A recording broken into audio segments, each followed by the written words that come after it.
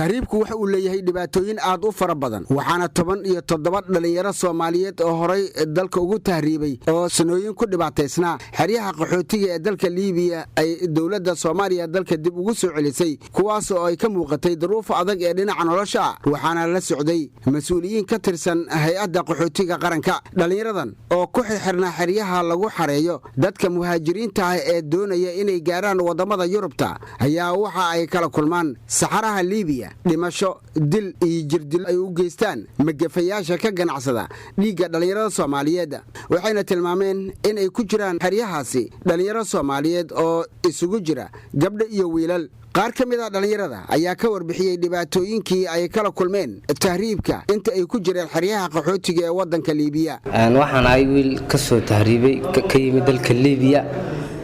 ahaan qof waxaan ay والله aad ugu soo dhibaatooday Liibiya dhibaato aad u weyn taala wallahi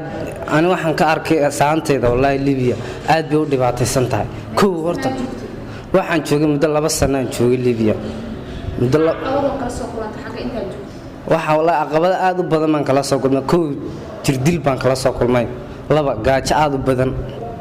2 saddex hablaha aad loo faraxumeeyo oo aad loo dilo saddex taafaraad oo ah in dadka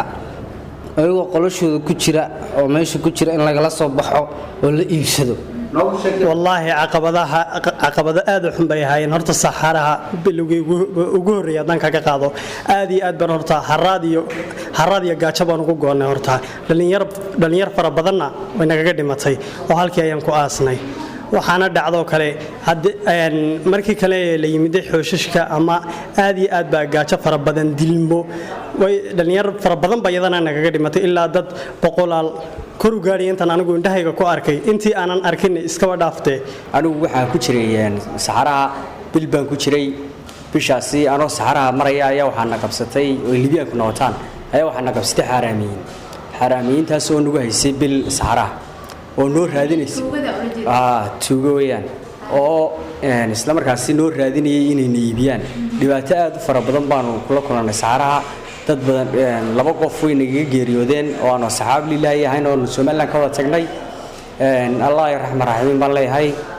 dawladda Soomaaliya ayaa wado dadaalo ay dib ugu soo celinayso dhalinyarada Soomaaliyeed ee ku dhibaataysan wadamada caalamka ayadoo dhalinyaradan la soo celiyay ay qayb ka yihiin tahriibayaal Soomaaliyeed ee ku jira qaar ka mid ah xeryaha qaxootiga ee wadamada caalamka waxaana dhalinyaradan la siinayay khidmad ay ka dhigtaan sahay hadii ay ku laabanayaan qoysaskooda Muuse Cismaan Abtow telefishinka qaranka Soomaaliyeed Muqdisho